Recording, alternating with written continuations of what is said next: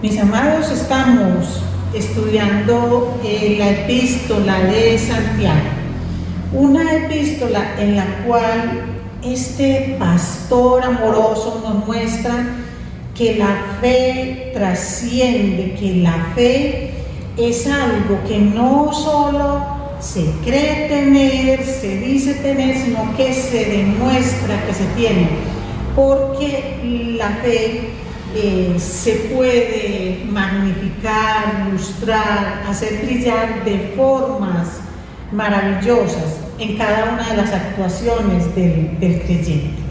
Entonces, el cristiano no vive aislado.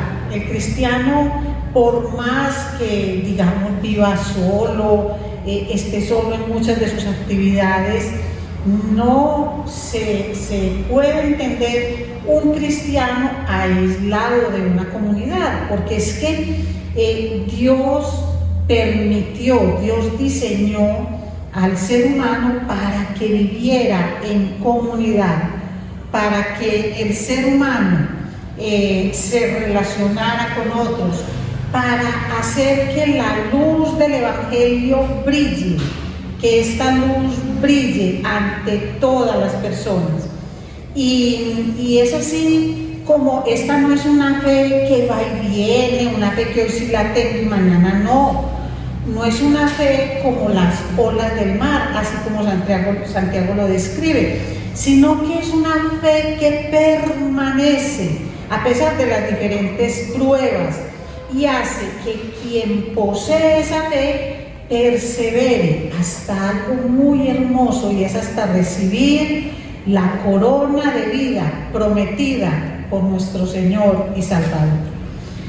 Así, mis amados, que esta fe se evidencia, pero no solo cuando la persona habla la palabra, sino cuando la persona encarna la palabra, cuando la persona le da vida a la palabra, y sobre todo cuando le da vida al hacer bien a aquellas personas que están más necesitadas, cuando no hace acepción de personas, cuando no trata a una persona de manera diferente porque es rica o es pobre, sino que manifiesta su fe por un sentimiento genuino de gratitud que brota del fondo de su corazón, porque sabe que recibió del Señor una salvación inmerecida por esa fe. Es una fe que se evidencia en la manera como se utiliza la lengua, y de forma muy especial en el capítulo 3 de Santiago.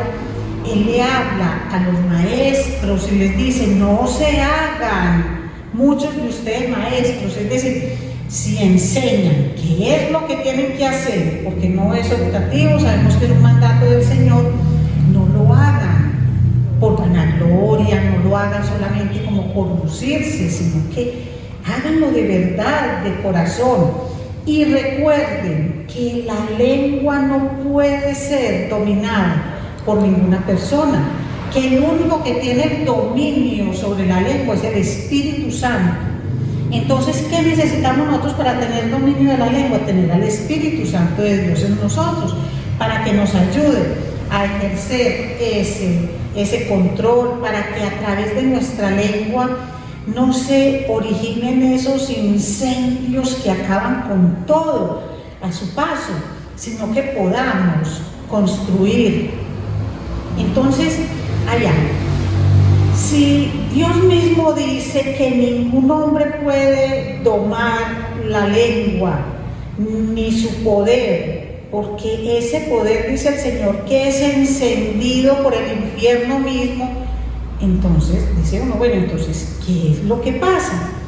¿Será que la lengua la puede dominar entonces quién? El que es muy fuerte, el que es inteligente, el que se considera muy espiritual, el que dice yo amo a Dios, el que sabe mucho de comportamiento humano, el que es un gran orador, el que es muy ilustrado. Podemos seguir con una lista interminable, pero Santiago nos ayuda a responder ese interrogante. Santiago mismo nos lleva a responder quién es el que va a dominar la lengua y de qué manera lo evidencia. Vamos, mis amados, a Santiago capítulo 3, versículos del 13 al 18, y dice así la palabra del Señor. ¿Quién es sabio y entendido entre vosotros? Que muestre por su buena conducta sus obras de mansedumbre, de sabiduría. Pero si tenéis celos amargos y ambición personal en vuestro corazón, no seáis arrogantes y así mintáis contra la verdad.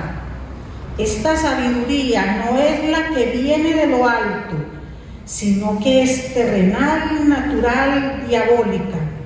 Porque donde hay celos y ambición personal, allí hay confusión y toda cosa mala. Pero la sabiduría de lo alto es primeramente pura, después pacífica, amable, condescendiente, llena de misericordia y de buenos frutos, sin vacilación, sin hipocresía.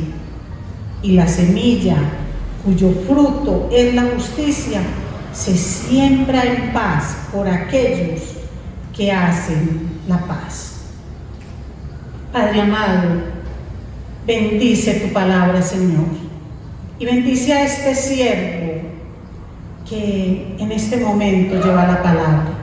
Padre, gracias por la manera tan maravillosa como nos enseñas, por la forma como tu palabra nos desafía, por la manera, Señor, como nos estrujas, pero la forma tan maravillosa como nos muestras tu amor y ese llamado permanente a escucharte y obedecerte. Gracias, mi Señor, en el nombre poderoso de Cristo Jesús. Entonces, miren, mis amados, está hablando, cuando empieza este capítulo, entonces prioritariamente se refiere a aquellos que enseñan la palabra. Y sabemos que el que enseña la palabra no es solamente el maestro, el predicador. Todos nosotros, cuando le llevamos a otra persona el evangelio, estamos enseñando la palabra del Señor.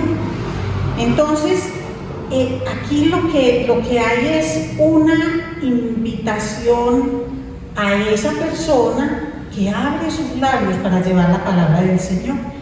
Y lo que le dice Santiago es: usted siente que es sabio porque está llevando la palabra del Señor, entonces demuéstrelo, pero no lo demuestre con sus palabras, sino que lo va a demostrar con su propia vida. De esa manera lo va a demostrar. Y miren, así como en la vida normal tenemos muchas fuentes en las cuales nos alimentamos y adquirimos conocimiento, la universidad, el colegio, la vida, muchas personas que empiezan a trabajar y la práctica misma se va convirtiendo en un certificador de aquella sabiduría que tienen, de tal forma que pueda ejercer un arte, un oficio, hacer algo y tenga algo así como los pergaminos, las certificaciones para eso que dice saber. Entonces, hoy vamos a entender la pregunta de Santiago de una forma bien especial, como una pregunta que directamente hace a cada uno de nosotros, y es: ¿quién certifica tu sabiduría? ¿El cielo o el infierno? ¿Quién certifica eso que tú sabes? Y ahí es donde empieza Santiago con esa pregunta tan desafiante a su audiencia: ¿quién es sabio y entendido entre vosotros? Entonces, pensemos un momentico en la audiencia primaria de Santiago. ¿Cuántas personas no levantaron la mano? Yo soy sabio y entendido entre todos, yo soy sabio. Yo creo que hoy, después de leer esto, poquitas manos se levantan, salvo que sea una persona que al escuchar la palabra esté distraída, medio dormida o tenga una buena audición. De resto, esas manos se esconden, porque es que lo que está haciendo Santiago es confrontar lo que hay aquí en la mente, que se traduce a través de palabras, pero él dice: no me muestres tu sabiduría por lo que tus labios dicen, muéstrame lo sabio que eres por la manera como vives. Muéstrame quién certifica esa sabiduría que tienes. O es el cielo o es el infierno. Entonces dice: muestre por su buena conducta sus obras en mansedumbre de sabiduría. Es decir, si ustedes son sabios y entienden los caminos de Dios, demuéstrenlo, y demuéstrenlo viviendo de una forma honesta, haciendo buenas acciones, con la humildad que proviene de esa misma sabiduría. Entonces, es un gran error cuando nosotros asociamos la sabiduría en la Biblia con lo que son los saberes, tanto teóricos como prácticos, lo que llamamos conocimiento. Y eso era lo que estaba pasando hace 2000 años, eso le está pasando a Santiago, pero nos pasa hoy en todos los ámbitos. Cuando nosotros miramos en la parte social, política, familiar y en la parte religiosa, entonces nosotros creemos que sabio es el que ha sido preparado por una escuela, una universidad, un instituto teológico, y la verdad es que eso da conocimiento, porque aquí Santiago no está despreciando para nada el conocimiento adquirido por la persona, no está poniendo en tela de juicio los certificados que son necesarios para mostrarle a otros que esa persona es idónea para el ejercicio de las labores que va a realizar. Lo que está diciendo aquí es que esa sabiduría que es tan atesorada por aquellos que la tienen y tan buscada por los que no la poseen, esa sabiduría tiene unas connotaciones especiales y nos invita a que miremos realmente de dónde es que procede. Y para saber de dónde procede la sabiduría, la lógica de Santiago es muy bonita, porque él lo que dice es: aquello que estás enseñando aquí al interior de la iglesia, en el caso de referirse a los maestros o a la enseñanza que damos todos en nuestra labor de evangelismo, permite que eso trascienda las paredes de la iglesia y muestra cómo cobra vida allá. Cómo es cuando sales de la iglesia, cuando compartes en todos los ámbitos donde esa sabiduría de verdad cobra vida, donde esa fe que dices tener le da lustre al evangelio que predicas. Entonces ese es el desafío, y lo muestra en esos 6 versículos. ¿Qué se pretende con esos 6 versículos? Miren, lo que busca Santiago es que hagamos un autoanálisis, y nosotros mismos, cada uno de nosotros, los que leemos, digamos quién es el que nos certifica la sabiduría que tenemos. Él lo hace de una forma muy pastoral y no se lo enrostra a ninguna persona particular, pero sí muestra un panorama que el que no lo vea es porque realmente no lo quiere ver. Entonces dice: porque quien es sabio debe mostrar su buena conducta, su hacer, su vivir, el desempeño de aquello que predica, pero hacerlo en la mansedumbre que proviene de esa sabiduría. Es decir, lo debe hacer como una actitud del corazón, no solamente algo que de la mente fluye a los labios, sino que anida de una forma muy especial en el corazón, porque de lo que habla es de una actitud. Por eso empieza hablando de mansedumbre. Saben que la mansedumbre no es una característica mental. La mansedumbre es algo que tiene que ver con la actitud en el corazón y tiene que ver de manera muy especial con el desarrollo del fruto del Espíritu Santo en cada uno de nosotros. Él es el que la da, si no, la persona se vuela a decir aquello que su mente le dicta, que es donde uno dice, no conecta sus labios con el corazón, por eso se hace tanto daño con las cosas que se dicen. Esto de la mansedumbre muchas veces se ha confundido con debilidad, pero quien confunde a una persona mansa, según la Biblia, con una persona débil, es porque no sabe lo que Dios piensa de la mansedumbre, porque la mansedumbre implica tener todo bajo control. ¿Y saben qué es lo primero que se tiene bajo control? Esa explosión que uno tiene cuando uno recibe alguna palabra de alguien, cuando alguien a uno le dice algo y uno explota. No hay mansedumbre, no hay control. El control lo tienen mis emociones, pero el control no lo tiene el Espíritu Santo. Pero entonces vamos a dejar que sea Santiago mismo el que nos muestre cómo el origen de la sabiduría es la que determina el resultado en la vida de nosotros. Y vamos a ver cómo ese que nos prepara, ese certificado, es el que nos impulsa a mostrar ante el mundo unos resultados. Y hay dos resultados que son completamente diferentes. Porque hay un resultado que es mundano y hay un resultado que es espiritual. Entonces viene la primera pregunta, bueno, ¿cómo sé que es Satanás el que certifica la sabiduría? Si es una sabiduría que es de Satanás y una que proviene de Dios, ¿cómo sé que la sabiduría de la que estamos hablando, la que yo tengo, la que quiero tener, la que veo que alguien tiene, cómo sé que es Satanás el que se la certifica? Los versos 14 y 16 al 16 nos dan la respuesta.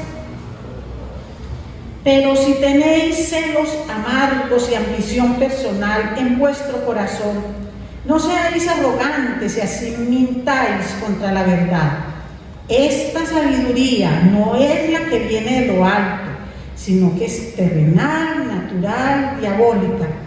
Porque donde hay celos y ambición personal, allí hay confusión y toda cosa mala. Entonces, miren que no es tan complejo para saberlo. Lo que pasa es que aquí hay algo, mis amados, y es que Dios no lee nuestra vida en un periódico como hacemos nosotros, que nos sentamos a mirar las noticias, bueno, personas como yo que nos gusta el papel, sentirlo y olerlo. Él no se sienta en las redes pues a mirar nuestra vida, sino que Él mira nuestra vida a través de lo que hay en nuestro corazón. Eso es algo que solo Él puede hacer, pero nosotros conocemos bien lo que hay ahí.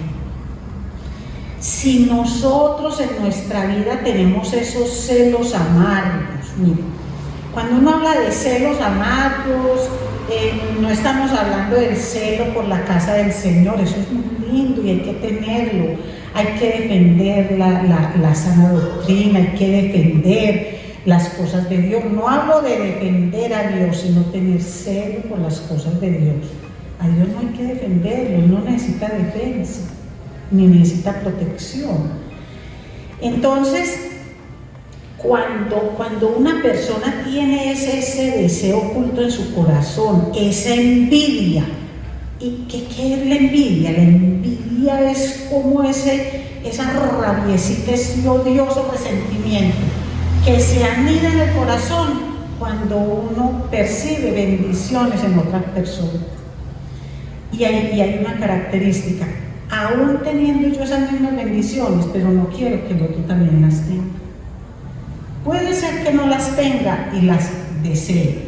Puede ser que yo las tenga, pero no quiero que otra persona las tenga. Esos celos amargos destruyen todo a su paso. ¿Y por qué? Porque es que esa rabia que despiertan en nosotros quema a la persona por dentro, le magnifica ese resentimiento, esa raíz de amargura que se le entra en su corazón. Entonces, de ahí en adelante, todo lo que hace tiene consecuencias perversas. Nada es bueno. Así sea alguien que, como los maestros que llevaban la palabra del Señor, si lo hacen con esos celos amargos, con esa envidia, con esa rabia, buscando figurar, buscando darle gusto, darle como rienda suelta a esas cosas perversas, personales que tienen, eso no tiene ningún fin bueno, eso no hace sino destruir. La Reina Valera habla de contención en el corazón. Es como habla de esos celos amargos, contención en el corazón. Y contención cuando uno mira en el idioma original lo que esa palabra, el alcance que esa palabra tiene, entonces se refiere a procurar como un bien egoísta, como que el bien sea para mí.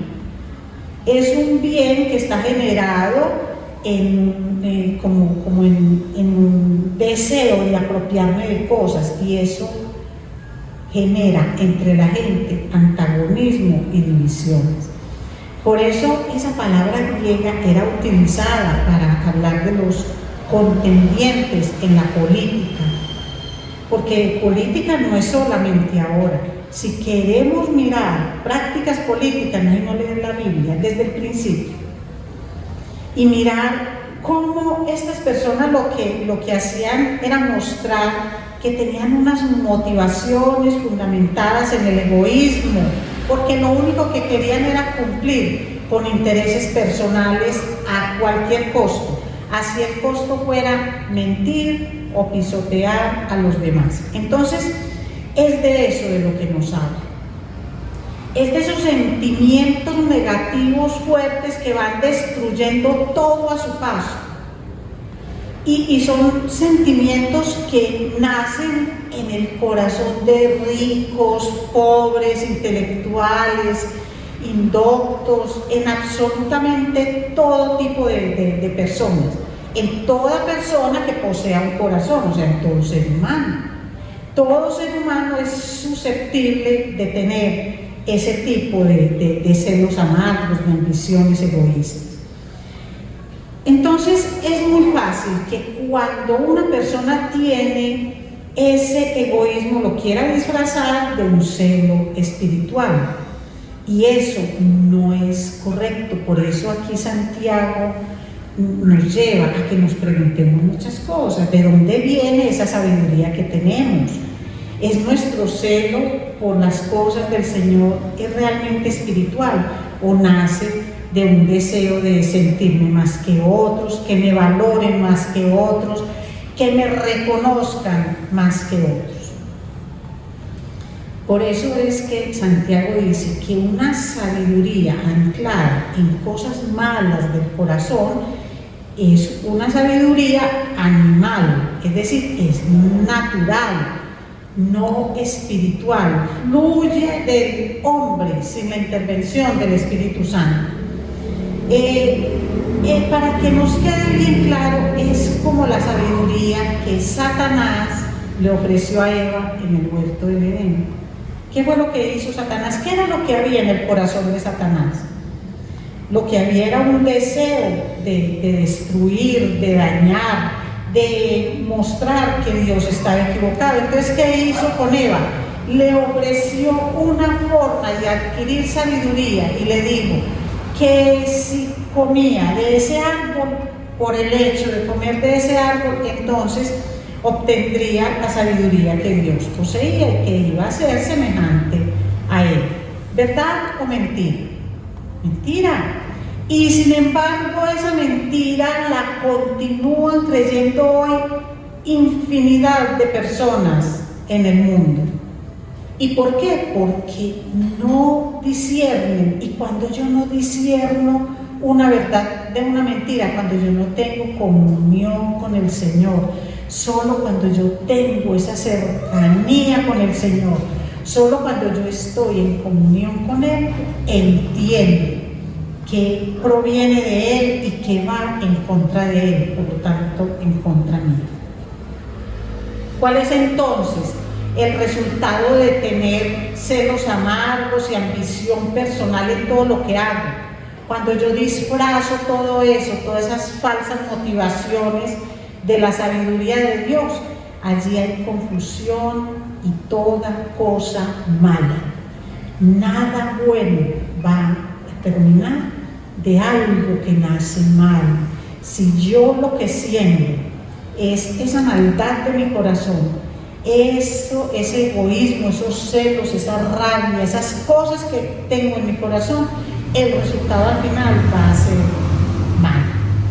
Así que la sabiduría del mundo, que produce problemas, envidias, contenciones, confusiones y cosas malas, desórdenes que terminan en inestabilidad.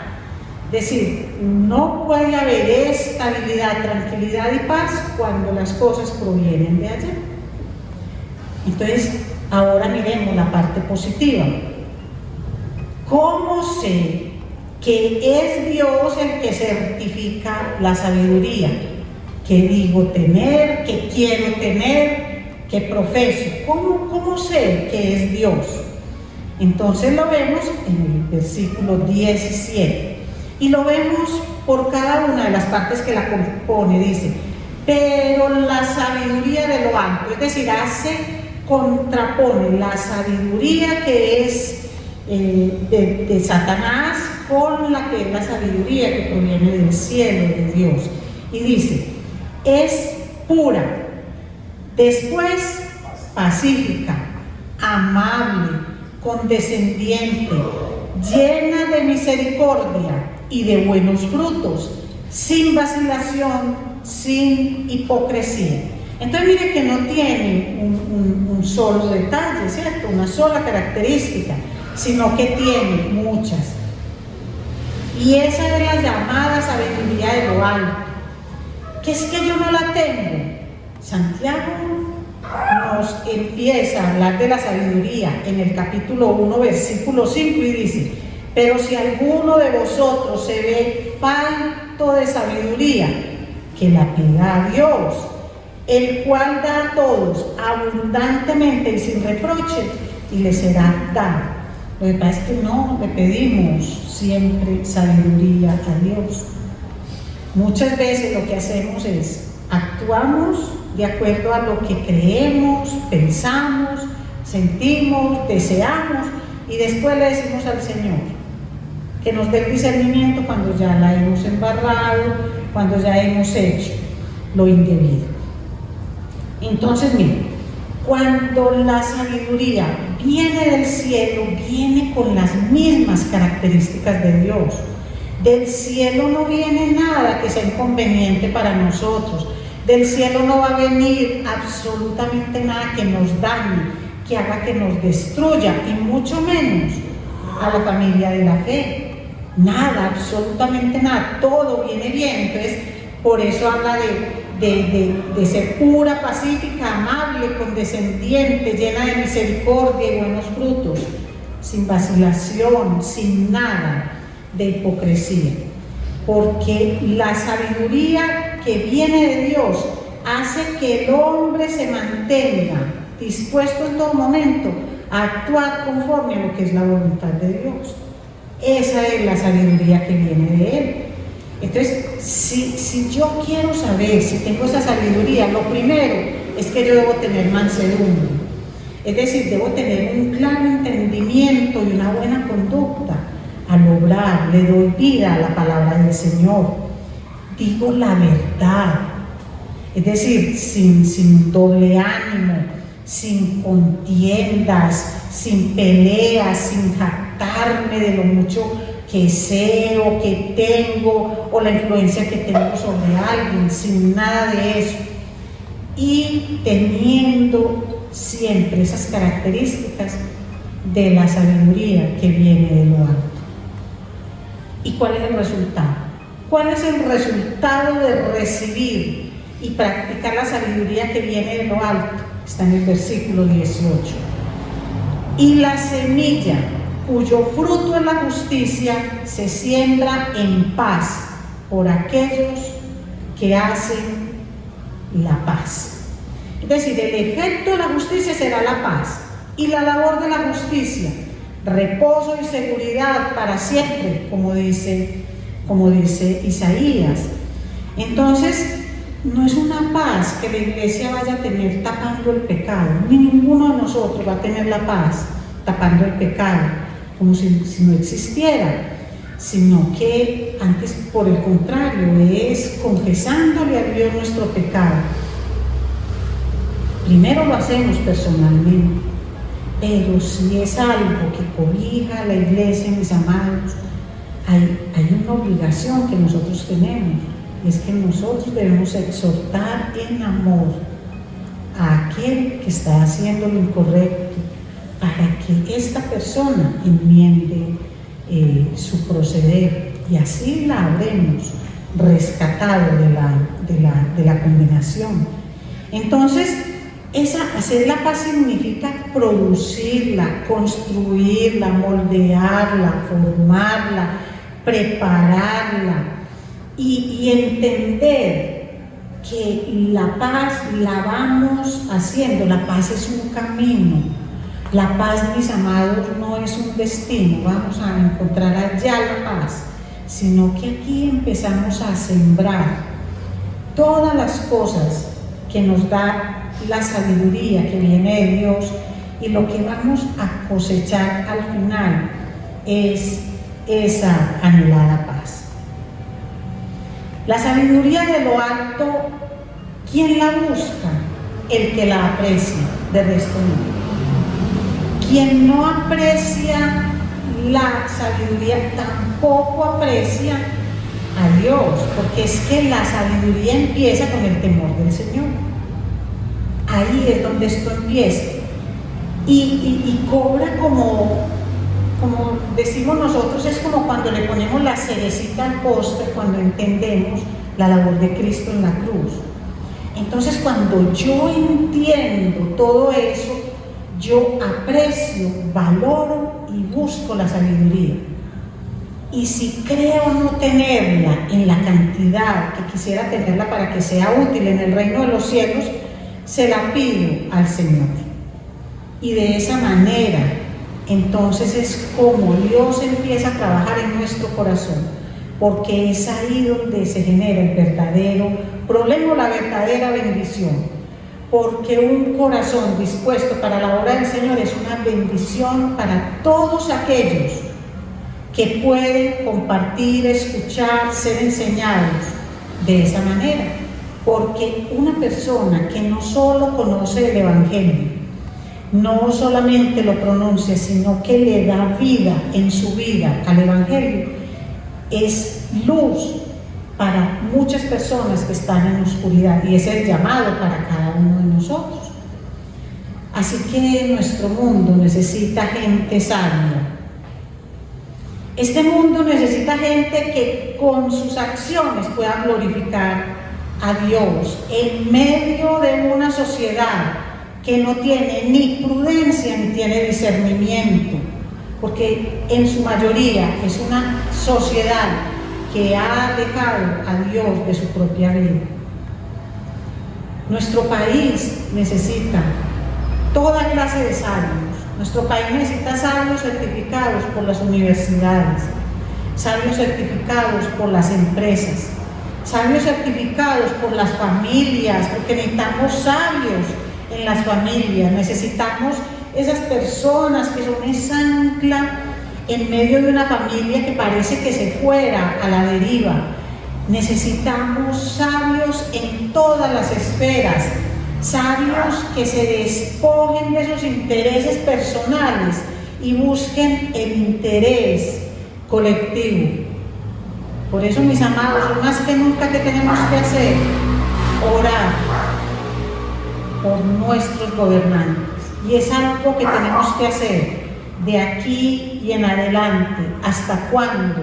Todo el tiempo, orar sin cesar, pidiéndole a Dios que le dé sabiduría a todos los gobernantes, porque este país no lo hace una sola persona, este país lo construimos todos, o lo destruimos todos. La paz se construye, la paz no se compra, la paz no se espera.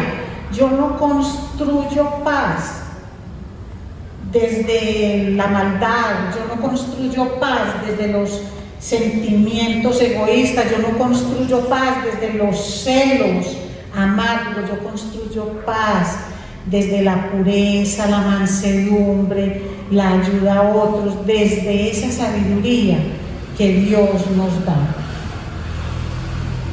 ¿Qué debe hacer toda persona? Escuchar la voz de Dios. Miren, el Señor repite una y otra vez en muchas partes de la Biblia. Y aquí traje un versículo de Proverbios y dice: ahora pues, hijos, escúchenme, porque bienaventurados son los que guardan mis caminos.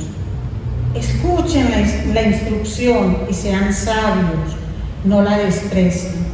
Así que atendamos todos los días ese llamado a la sabiduría. Cuando digan quién es sabio entre ustedes, no tengamos ningún temor y levantemos la mano y le decimos al Señor: Señor, pero quiero ser más sabio aún. No con un certificado como me ha expedido mi familia, la empresa, la universidad, el colegio, Señor, sino que quiero que tú examines mi corazón y que tú expidas ese certificado y digas: tienes la sabiduría que procede de mí. Por eso lo que haces es darle brillo, es darle luz, es darle vida a ese evangelio. Eso es lo que tenemos que hacer, mis amados. El sabio no es solo por sus palabras, es por la manera como le da vida a sus palabras. Así que, sabios, el llamado es para todos y cada uno de nosotros, para todos ustedes, sin temor, porque es que la palabra es del Señor, el evangelio es del Señor, y la sabiduría que viene de lo alto es del Señor. Entonces, ¿a qué le hemos de temer? Padre, gracias, Señor. Gracias, mi Señor, por la invitación que nos haces a recibir esa sabiduría que procede de ti. Señor, cuánta falta le hace al mundo, no solamente, Señor, a la iglesia, porque este mensaje, Señor, dirigido inicialmente a las personas que conformaban una congregación, Señor, es un mensaje que cobra vida por fuera de las paredes de la iglesia.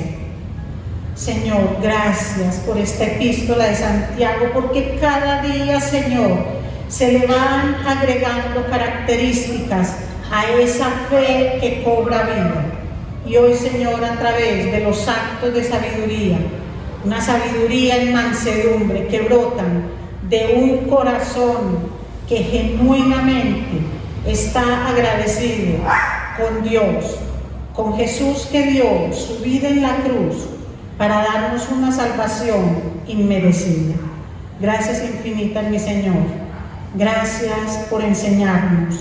Gracias por amarnos. Gracias por corregirnos. Gracias por soportarnos. Gracias por darnos ese regalo maravilloso de la sabiduría que proviene de ti.